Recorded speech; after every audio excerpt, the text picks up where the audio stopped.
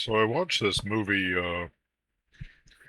Citizen Vigilante, because it was shared on X by Elon Musk, I guess, giving people a chance to see it in countries where it's banned, I think. So he's basically fighting for free speech, especially since the movie addresses concerns that people have in the countries where this movie has been banned. So um, basically, the movie, uh, it appears to be against unchecked, unvetted Islamic expansion in Western countries where the immigrants or refugees, so called, are just not assimilating with their culture. They're engaging in a culture of crime, and no one in the government is representing the citizens of the Western countries who are being plagued by these people. Now, the protagonist, the vigilante, he's not a pure white hero. In other words, he's not wearing a white cowboy hat, and he's a flawed being, but he seems to represent the kind of take action personality of um, someone who might actually engage in vigilante, uh,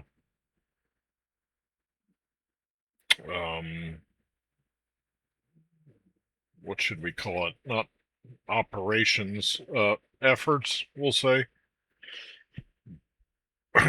So, one thing that I think I'm not sure was necessary in the movie that may have seriously flawed the movie for some audiences is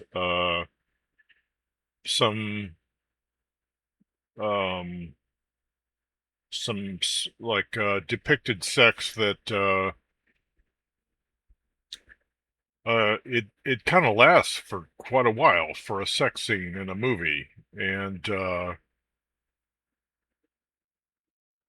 I'm not sure what the motivation or the idea behind that was. They're trying to flesh out the protagonist, the character, because he's the one engaging in it.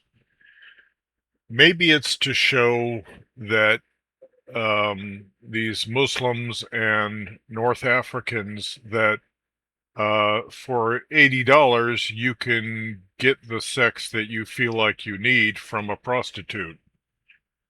Um, maybe it's maybe the scene is meant for these men who think that they could just get their sex for free by raping some Western woman because they believe her to be a harlot or a whore, um, because she's a Western woman and because of how she dresses and because she's, not Muslim. I don't know. Probably the director would have to answer that. But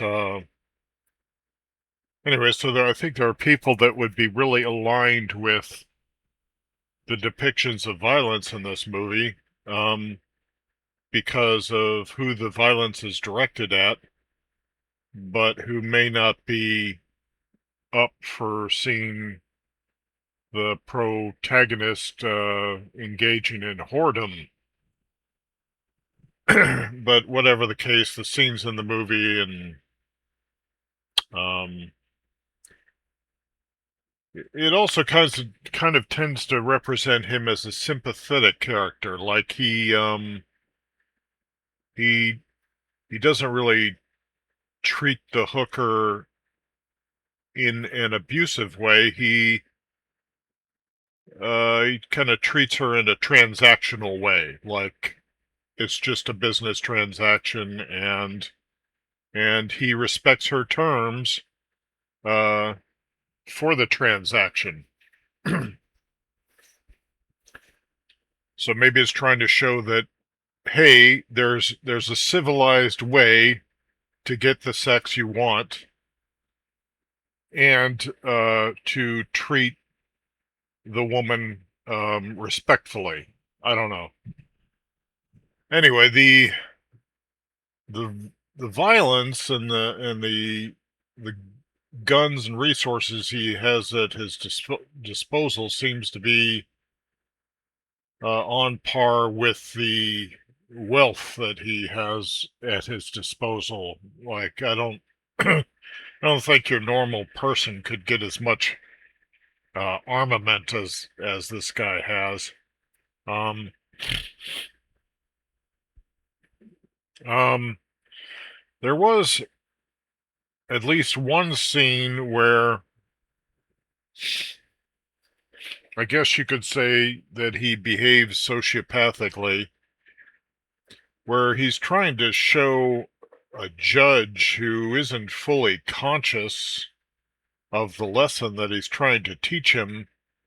He's trying to make a point about law and how the average Westerner is, although I think this takes place in Croatia, so isn't that Eastern Europe? I don't know. But he's trying to show how the Western citizen is just a sheep.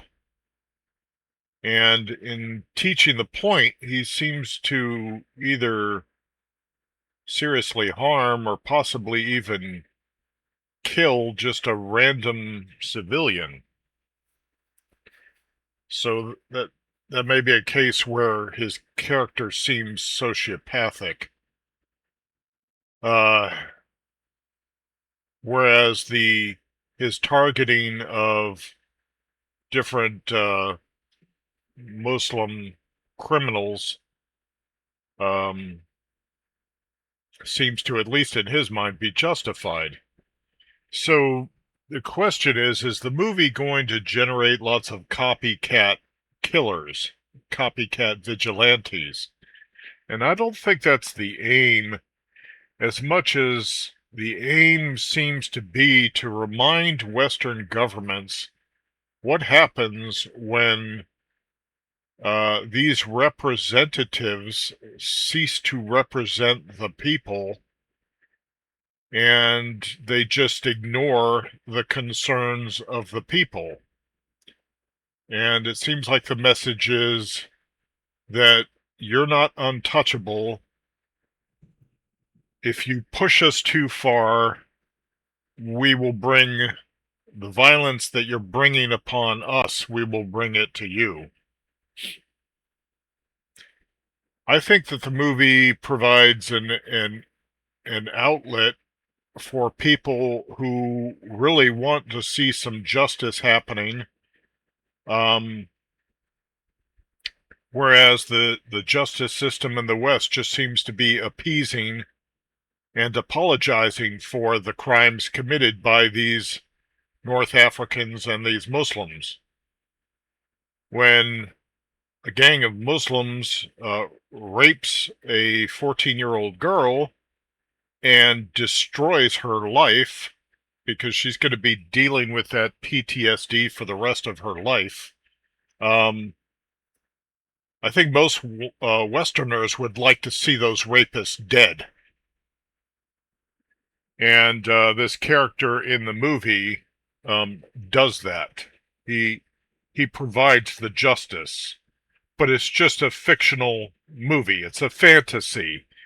And that's part of what the establishment does, is that they pacify us and they satisfy us with these fictional stories about justice where the good guys win and the bad guys get what's coming to them, but they're just pacifiers for babies who are teething for some justice. Instead, we should be getting actual justice in the real world. And that's not what we're getting from our governments. Like in the United States,